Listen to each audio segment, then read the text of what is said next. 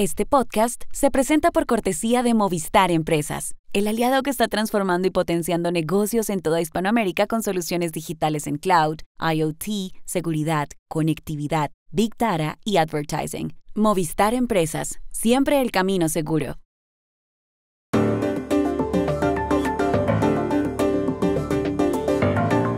El presidente Javier Milei nombró ayer nada menos que a 2 jueces de la Corte Suprema Argentina. ¿Es válido eso y qué dirá ahora la oposición? En Estados Unidos, un artículo de The New York Times dice que Trump toma ciertas medidas basado en mentiras. ¿Qué debe hacer la prensa? Telefónica de España le vendió su operación en Argentina a Telecom. Fue un negocio millonario. ¿Qué efectos políticos y económicos tendrá? Hola, bienvenidos a Y esto no es todo, el podcast del Georgetown Americas Institute de la Universidad de Georgetown en Washington, D.C. Soy Juan Carlos Iragorri, desde Madrid. Soy Paz Rodríguez Niel, desde Buenos Aires. Soy Jorge Espinosa y estoy en Bogotá. Es miércoles 26 de febrero y esto es todo lo que usted debería saber hoy.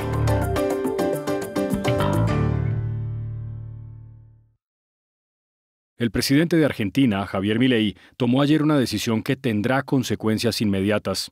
Nombró por decreto a 2 magistrados de la Corte Suprema de la Nación. El tribunal tenía hasta ahora 3 jueces, pero el total es de 5. Milei tomó esa determinación luego de que ninguno de los 2 candidatos que presentó ante el Senado hace casi un año recibiera el apoyo de al menos las 2/3 partes de los senadores presentes, como exige la ley. La noticia de los nombramientos la dio ayer de esta forma el informativo A24. La Oficina de Comunicación de Prensa del Gobierno acaba de informar que el presidente de la Nación, Javier Milei, ha tomado la determinación de designar en comisión a los doctores Manuel García Mansilla y Ariel Lijo como jueces de la Corte Suprema de Justicia. El gobierno, en el comunicado donde se refirió a las designaciones de Ariel Lijo y Manuel García Mansilla, señaló que no va a tolerar que los intereses de la política se impongan sobre los del pueblo argentino. Además, indicó que la Corte no puede funcionar solo con 3 jueces.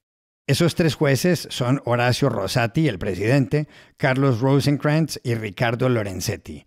Pero Paz, en Buenos Aires, ¿es válida la designación que hizo Milei de Lijo y de García Mansilla como jueces de la Corte? ¿Y qué pasará con la oposición? Mira, Juan Carlos, muchos especialistas dicen que no son válidas estas designaciones de Milei.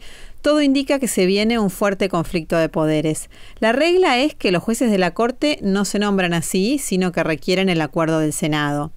Milei está recurriendo a otro artículo de la Constitución argentina que prevé un mecanismo excepcional que habilita al presidente a nombrar funcionarios en comisión solo por un año sin pasar por el Senado. Es una atribución muy excepcional que exige requisitos que, según advierten muchos constitucionalistas, no se cumplieron en este caso. Por ejemplo, la Constitución dice que las vacantes tienen que haberse producido durante el receso. Y una de las que está cubriendo Milei, aquella para la que eligió a Ariel Lijo, fue hace 3 años. En la Argentina hay antecedentes de jueces nombrados en comisión, pero el último juez de la Corte nombrado en comisión fue hace 100 años. Imaginemos que los legisladores en aquel momento se movían prácticamente en carreta y el receso del Senado duraba 6 meses.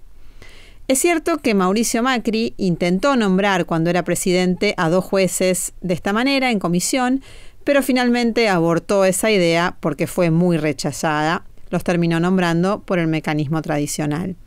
Preguntabas qué va a hacer la oposición. El kirchnerismo ya dijo que va a rechazar estos nombramientos y tiene la mayoría en el Senado para hacerlo, advierte. Pero el gobierno dice que no tiene atribuciones para sacarlos, que ningún senador tiene atribuciones para sacarlo de esta manera, si no es con un juicio político.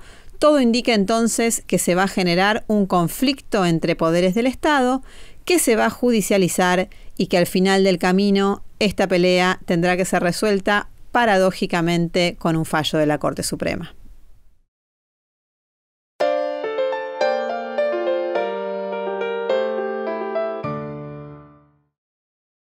El domingo, el diario The New York Times publicó un artículo sobre la presidencia de Donald Trump en Estados Unidos, escrito por Peter Baker en Washington. Baker ha cubierto 6 presidentes y es autor de un libro sobre la primera administración Trump. El artículo se titula In Trump's Alternate Reality, Lies and Distortions Drive Change. Algo así como, en la realidad alternativa de Trump, las mentiras y las distorsiones impulsan el cambio. Para respaldar su tesis, Baker pone en el texto ejemplos de casos recientes. Uno es que Trump dijo que Estados Unidos destinó $50 millones a la compra de condones para el grupo Hamas, que fueron usados en la fabricación de bombas. Otro es que China controla el Canal de Panamá. Y otro más es que Ucrania nunca debió empezar la guerra contra Rusia. $50 million being sent to Gaza to buy condoms for Hamas. They've used them as a method of making bombs. China's running the Panama Canal. That was not given to China, that was given to Panama foolishly. You should have never started it. You could have made a deal. I could have made a deal for Ukraine. Con base en esas 3 afirmaciones, Trump justificó en parte el desmantelamiento de la Agencia de Estados Unidos para el Desarrollo Internacional, USAID, amenazó tomarse el Canal de Panamá y empezó negociaciones con el presidente ruso Vladimir Putin.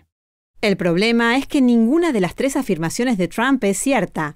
Ninguna es estrictamente verdad. La pregunta para muchos es ¿qué debe hacer la prensa seria? La prensa que busca la realidad de los hechos ante actitudes como estas del presidente Donald Trump. Para saberlo, llamamos ayer a un periodista legendario en los Estados Unidos, Marty Baron. Baron ha sido director de The Miami Herald, The Boston Globe y The Washington Post, y ha estado a la cabeza de equipos que han recibido 18 premios Pulitzer. Primero diría esto. Le corresponde a la prensa seguir cavando profundo, descubriendo los hechos y proporcionándolas al público, sin temor, sin pestañear y comunicándose sin ambajes. Y segundo, nunca deberíamos caer en el derrotismo y dejar de cumplir con nuestra misión.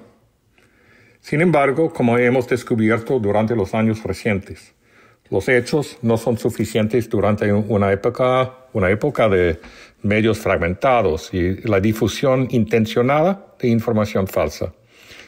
Ahora es esencial que nosotros en los medios mantengamos una política de transparencia radical. ¿Cuáles son los documentos que usamos? ¿Dónde encontramos los datos? Deberíamos señalar al público que tiene el derecho a comprobar nuestra información y le estamos dando la oportunidad de hacerlo. También ya es hora de que reconozcamos que aunque trabajamos para empresas de comunicación, en su mayor parte hemos fracasado a comunicarnos con eficacia. Por lo general, no hemos establecido una buena conexión con los lectores, los oyentes y los espectadores, en contraste, por ejemplo, con los influencers y los podcasters. Ellos transmiten autenticidad y, por lo tanto, sus fanáticos piensan que tienen autoridad también, si merecen la reputación o no. Los medios tradicionales dicen que tienen autoridad porque han hecho investigaciones de los hechos en profundidad, pero el público recela a las instituciones mediáticas y no detecta autenticidad por nuestra parte. Eso significa que los medios tradicionales necesitan competir por la atención y la confianza del público, cambiando su forma de comunicación. Muchos medios se resisten a los cambios necesarios, pero si no aceptan y acogen los cambios, van a fracasar.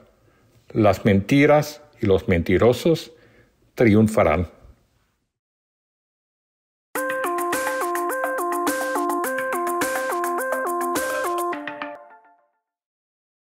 Este podcast se presenta gracias al programa de apoyo al periodismo independiente del Grupo Bancolombia, porque una sociedad mejor informada está más protegida. El lunes, hace solo 48 horas, la compañía española Telefónica anunció la venta de su operación aquí en Argentina a la empresa Telecom. Se trata de un negocio de grandes proporciones. El precio pagado ha sido de $1.245 millones.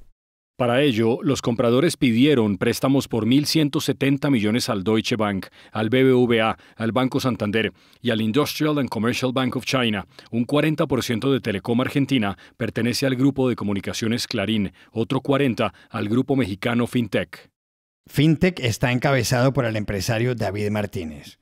En la negociación intervinieron además la multinacional financiera de Estados Unidos JP Morgan y el despacho de abogados, también estadounidense, Latham & Watkins. La agencia de noticias EFE dio más datos desde España.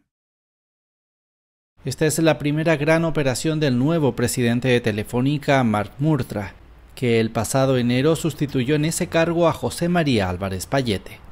Una venta que está en línea con el plan estratégico de Telefónica y que contempla desinversiones en Latinoamérica para reducir deuda. Nada más conocerse la operación, el gobierno de Javier Milei dijo que investigará si Telecom, que se quedaría con aproximadamente el 70% de las líneas móviles en todo el país, no estaría convirtiéndose en un monopolio. Eso podría tener implicaciones.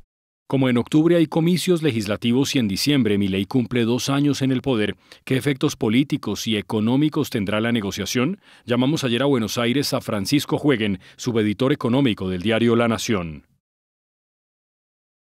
Está claro que va a haber un muy fuerte impacto desde el punto de vista político y económico. Desde el punto de vista político, esto promete ser, como decimos en la Argentina, una papa caliente. ¿Por qué? Porque este es un año electoral en la Argentina y este es un gobierno, el gobierno de Javier Milei, que ve al periodismo tradicional como parte de lo que él denomina la casta. Y al Grupo Clarín también lo ve así. Por lo tanto, en estos 6 meses que nos separan de las elecciones, el gobierno tendrá a través de la ENACOM, que es la entidad que regula las telecomunicaciones en la Argentina, y de la Comisión Nacional de Defensa de la Competencia, decidir si efectivamente le da un negocio multimillonario a un grupo que el propio gobierno pone del lado de los malos, ¿no? Habrá que ver, obviamente, lo que termina decidiendo el gobierno, más allá de que varios referentes del espacio de la Libertad Avanza, el espacio de Javier Milei, ya públicamente negaron la posibilidad de que esto avance. Por el lado, digamos, económico, claramente que esto va a afectar muy fuertemente el mercado de las telecomunicaciones en Argentina, que está hoy dividido en 3 grandes tercios de 20 millones de usuarios cada uno, pero está claro que en una economía que está cada vez más digitalizada, esto no se va a quedar solo en las fronteras de las telecomunicaciones, sino que va a tener un impacto en todos los negocios en general en la Argentina. Después está la definición de si es o no un monopolio. Bueno, como te decía, Telecom acá tiene 20 millones de usuarios de telefonía celular, Telefónica tiene otros 20 y la mexicana, claro, tiene otros 20. Con esta compra, Telecom, donde está el Grupo Clarín, donde está también donde hay otros inversores e incluso acciones que cotizan en bolsa, se quedaría casi con el 70% del mercado, lo que le daría mucho poder a la hora de tomar definiciones sobre, por ejemplo, la política de precios de la telefonía celular en la Argentina. Y estas son otras cosas que usted también debería saber hoy. Una noticia de enorme importancia dio anoche el diario Financial Times. Ucrania y Estados Unidos llegaron a un acuerdo sobre la explotación de los minerales en territorio ucraniano. Para ello, crearán un fondo en el que cada uno pone el 50% del dinero. Ucrania lo hará con la monetización futura de sus recursos naturales. El presidente estadounidense Donald Trump indicó en las últimas horas que su colega de Ucrania, Volodymyr Zelensky, firmará el viernes en Washington lo pactado. Trump ya abandonó su pretensión de que Ucrania debe darle a su país $500.000 millones en recursos naturales. Para muchos, esto puede ser el comienzo de la paz con Rusia. En el último mes, las ventas de los automóviles Tesla en Europa han caído a la mitad y muchos lo atribuyen a las posiciones políticas del dueño de la marca, Elon Musk, que colabora con el gobierno de Donald Trump en Estados Unidos. En enero, se vendieron 9.925 Teslas en el viejo continente. En diciembre, se habían vendido 18.161. En Alemania solo fueron adquiridos 1.277 vehículos en enero, el peor registro desde 2021. En las elecciones del domingo en ese país, Musk respaldó abiertamente al partido ultraderechista Alternativa para Alemania.